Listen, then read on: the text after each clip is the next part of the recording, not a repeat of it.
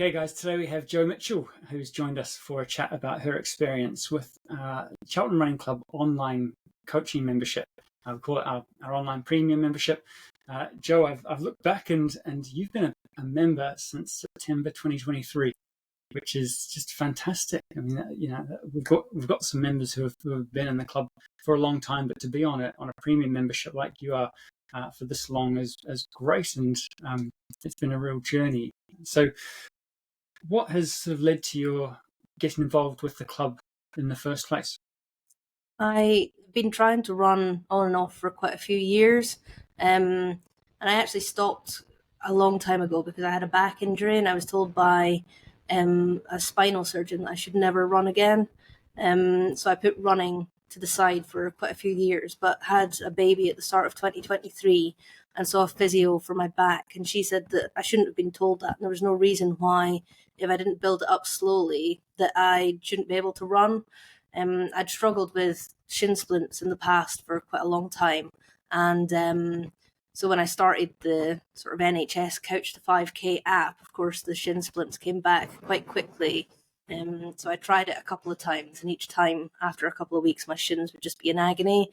That was when I saw an advert on Facebook that had adverts for the club, for the Couch to 5K, and also for Conor, and how you could coach people through injuries and things like that. So I reached out, and I think we met quite soon after that, and yeah, it's been great ever since. Ah, yes, absolutely. So, that it's a medial shin pain that you get, isn't it? Yeah. And, shin splints is quite a broad term. A lot of people think they've got shin splints and I suppose they're not wrong, but it's used to almost describe any pain around your shin. A lot of people get pain down the front of their shin, the muscle next to the shin bone, called your tibialis anterior. Often people get that when they just get back into running, because it is the muscle that stops your foot from slapping on the ground all the time. Whereas your shin pain is the worst injury I've ever had. And I've just had a really bad Achilles injury that I've been coming back from. But medial shin pain it's an overuse injury, and it's usually, there's a number of things, but running mechanics is really, and just the rate of progression, I guess the two main things that kind of influence how long people get this for. So, I mean, just tell me what it was like, before we started. What was it like for you having shin splints? It was very frustrating because I found that when I did have the drive to go out and do a run, it didn't matter how well the run went. After a day, 2 or 3 days, my shins would always just start to hurt, and I'd made the mistake in the past before of just trying to run through the pain and making them worse. And every time I tried Couch to 5K, I really wanted to get into running and get fitter, and it's so frustrating when you know that you have to wait for at least a week for your shins to stop hurting, and then you wait a week and then run again and they start to hurt again. It was really just disappointing and hard to keep myself going forward. Yeah. Oh, absolutely. I mean, if you're trying to follow any kind of program with that kind of an injury, it's just so frustrating, because you try and stick to the program, you try and be good, and then you get this pain, and you've not done anything wrong if you've just done what the plan said. But these plans don't account for chronic injury. So how did things kind of change, do you think, when we started working together? I think the main thing that you taught me was to take it very, very slowly, very, very easily. My initial, when I first started running, my thought was always I need to run as fast as I can possibly run. And I think that you taught me that, the amount of times that you've told me to slow down, and that I'm just trying to go far too fast for what I can manage. And I think the first Couch to 5K was meant to be 30 minutes or something like that, and you took it down to 15-20. So my first runs were doing 30 seconds of running and 1 minute of walking, and I built it up so slowly that it's just really changed everything, made it much better. Yeah, that's right. So the element of building up too fast when it comes to your shin pain is that the muscle can deal with one run, and it might get sore from that run, just like any muscle gets sore after a workout, that's more intense than what it's used to. But what tends to happen is people don't give it the time to recover that it needed, you know. Now, there is obviously the mechanical side of it, which says that, well, why didn't your thigh hurt the same way as that your shin hurt, you know, or, you know, it is a mechanical thing that's putting more stress on the inside of your shin, and that's why that's the part that's taking the longest to recover, and that's why it needs more time. But yeah, I mean, I've had the same injury, and it was, it took a long time, and exactly that thing of, right, I'm going to get back into it, I'm going to be really slow and careful. And then you start to get excited and it starts to hurt more. And it's like, oh, flip, it's not getting better, is it? You know, it doesn't hurt while you run, does it? You know, it might, as it starts to get worse, the warm up, you start to feel it during the warm up. But then once you get warmed up, in my experience, the pain goes away. Yeah, you know? definitely. It's not until the next day that you might do something a bit different. Or if you stick your thumbs into that area, it's like, oh man, it's still sore, isn't it? So I know we did do a one-to-one session down in Prestbury, didn't we, to have a look at your technique and your mechanics of running, and we certainly identified that we need to get your feet landing under their hips so that there's no crossing over, and make sure that they're relatively flat when landing. Can you remember any other sort of tips or other things that you've been doing to stop the pain getting worse, or maybe treating it? Yes, I think that, as you said, you showed me a video of myself running, and it wasn't until I saw that I realised exactly what I was doing. So yeah, I practiced running, trying to keep my feet under my hips, trying to stop them from crossing over. You also told me that I should be icing my shins after every run, stretching before and after every run, which I've been doing quite religiously. I think you also helped me with some of the things, like my back hurt a couple of times during my runs, and you showed me some videos on how I can stop that from happening as well, which was really helpful, and it hasn't actually happened again. Oh, amazing. So the back's sorted. So that was something that you came into. That was a problem before you started running. Yeah. And then you started running and did some other little extra bits, but it doesn't give you a problem in everyday life these days? Not as much, no. Yeah. I mean, lots of people get back pain for all sorts of reasons, but it's great to know that it's not getting worse through the running. Yeah. So I remember we started you off with like one run per week, wasn't it? Yeah. At the beginning, because it was literally taking you 6 days before you could run again pain free. Yeah. And that went all right. I mean, it took a long time to get through a couch to 5K if you're doing one run per week, doesn't it? Yeah. Because, the way I run a couch to 5K, you repeat the same session 2 or 3 times before you move on to the next one. So it did mean that getting you back up to 5K non-stop took a while. But in saying that also, and this is a long time ago, but I feel like I remember, towards the end, once you really sort of figured out your pacing, that actually it was quite easy to get through it from a lungs capacity side of things, wasn't it? And then it was just about trying to make sure that the shins didn't get worse. Yeah, definitely. I think it took me from September until maybe March to get to the 5K point. But I did definitely find that I wasn't tired out in terms of lungs and breathing, but it was always just to try and keep my shins not hurting, don't go too fast, and that was really the main focus for the whole couch to 5K. Yeah, but we got you there, and we then eventually got you doing a couple of runs per week, right? So that was a big step forward, and it wasn't long before you were then building towards 10K. Yeah, I think I did my first 10K last May. And then, I've been doing 2 runs per week for the last few months now. Yeah, it's fantastic. And I mean, so that was that the Worcester? Yes. In May? Yeah.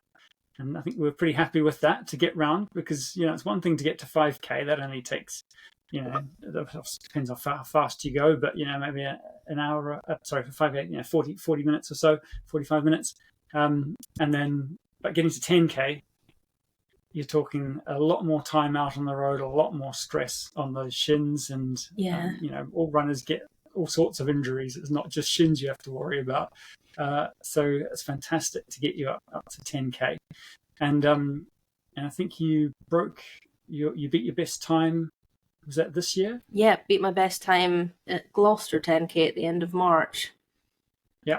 Yeah. So that's fantastic. So, 'cause, yeah, we did have some setbacks there at one stage, didn't we? Yeah. So, but great, you're back up to your best now. Yeah. Okay, so that's fantastic. And what does that kind of mean to you? You know, I guess if you do think back to before you were running, and really struggling with running, what, apart from just feeling maybe fitter and being able to do, obviously it's great being able to do a 10K or a 5K, but what does it sort of mean to you to be able to run now, just step out the door and go for a run? It means so much. I think, especially with having a young child, a run is something that you can do whenever you fit it in. You don't need to get in the car and go somewhere. You don't need to book a session or plan it around anything. You can just go for a run. And I think that that's something that I'd really missed, especially things like during COVID when all the gyms were closed and stuff. I really struggled because I couldn't run. And I think this has just meant that, I can run when I go on holiday and when I'm at work and things like that. So it's a lot to be able to do that again and enjoy it as well. I actually really enjoy it. Yeah. No, I mean, yeah, the best thing an injury can do for you is it gives you motivation, doesn't it? It's like when I can actually run, I want to run. Yeah, exactly. It's easy to take running for granted if it's not been taken away from you. Yeah. So that's fantastic. Okay, cool. And what's next for you, Joe, with running? What would you like to be doing, next year or so? I think I'd love to try a half marathon. I think that's been, ever since I started moving up towards the 10K, the thought of it was, this is maybe something that I actually can achieve. And it's something that I never thought that I would be able to do in the past. So I think, my goal would be to complete a half marathon and maybe to get another couple of PBs on my 10K time as well. Yeah. No, fantastic. I mean, the 10K PBs are guaranteed. If we're doing one run each week, which is building you up towards half marathon, your 10K time is going to come down, as would your 5K time, just because the amount of time that you're going out to run for. Yeah. So that's a fantastic goal. Yeah. Okay, great. Any dates in mind or any places that you'd like to do one? You spend a bit of time up north, don't you? The half marathon I'd sort of earmarked earlier. There was one in August. That's the Bath 2 Tunnels one that I heard was meant to be really good. Apart from that, maybe sometime August, September, maybe the Cheltenham half marathon as well. Yeah, fantastic. I mean, that would be great, and it's a really good motivator for you, when you set that big scary goal. Yeah. Because again, talking about doubling your distance, it's not a small thing to go from 10K to half marathon. Some people out there make it seem easy, but I think from where you've come, Joe, that's a fantastic goal. All right. Well, I mean, can we talk a little bit about the premium membership and how you feel it's helped you? What have you liked about the way things go? I think one of the biggest things is that I have someone to answer to. I think it's quite easy when it's raining or if you're a bit tired to say, I'm not going to bother going out for a run. And any time that I've ever skipped a run, whether it's because I've been too tired or whether I've been ill or something, you always send me a message saying, why haven't you been for a run? And I think it's one of those things that at the back of my mind, it's like, actually, I do have someone that's pushing me to keep going and someone to answer to if I'm too lazy to go out, basically. And I think that's one thing, which I know in the past I've dropped certain terms of exercise and fitness because I've not had that drive behind me. And I think the other thing is that if I've got any issues or worries, if I want to change my goals, I've been able to ask you for help and advice that isn't then going to get me injured. I'm quite bad for being too ambitious. So I want to run faster. I want to run further. And you've been quite good at reining me in and saying, no, I think it's better for you just to try and repeat that run or, try and keep to a smaller distance, but go a little bit faster or vice versa. And I think that's been really good for me as well to stop me from getting injured. Yeah, I think we could all do with someone reining us in every now and then when it comes to running. Trust me. Yeah. I mean, I think probably most injuries in this world are, because when we're rested or when we're motivated, it's so easy to bite off more or think we can do more than what we really should. Yeah. It's so easy for the stress that we put in our body to ramp up from different angles. So one thing you might say, well, I want to go faster. So it's like, okay, well, that's not a problem. Let's do a faster run next time. But if you're also going to increase the speed without increase the distance and without really planning to, that's like two things that you're expecting your body to deal with: an increase in distance and an increase in speed. So that's twice the stress. And of course, if there was anything else that was going on with you at the time, so whether it be a bad night's sleep, or maybe nutrition hasn't been great, or maybe it was just a bit windier on that day than what you're expecting, or maybe the route, you took a turn and it ended up being a hillier route. There's all sorts of things that just add stress to the run, Yeah.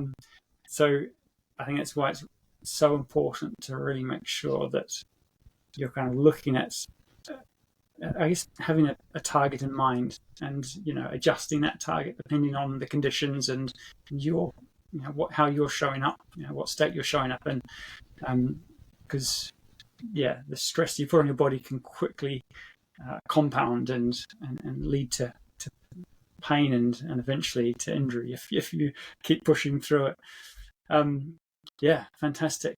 And it's really helped me. I wouldn't be able to rein you in, I guess, without being able to see your running data. Yes. It's very hard for you to sort of communicate. I mean, you can say, well, it was a hard run, or but for me to actually go and look at the numbers and see, oh wow, that's why it was a hard run. You went way further, or you went way faster than what what you'd done recently.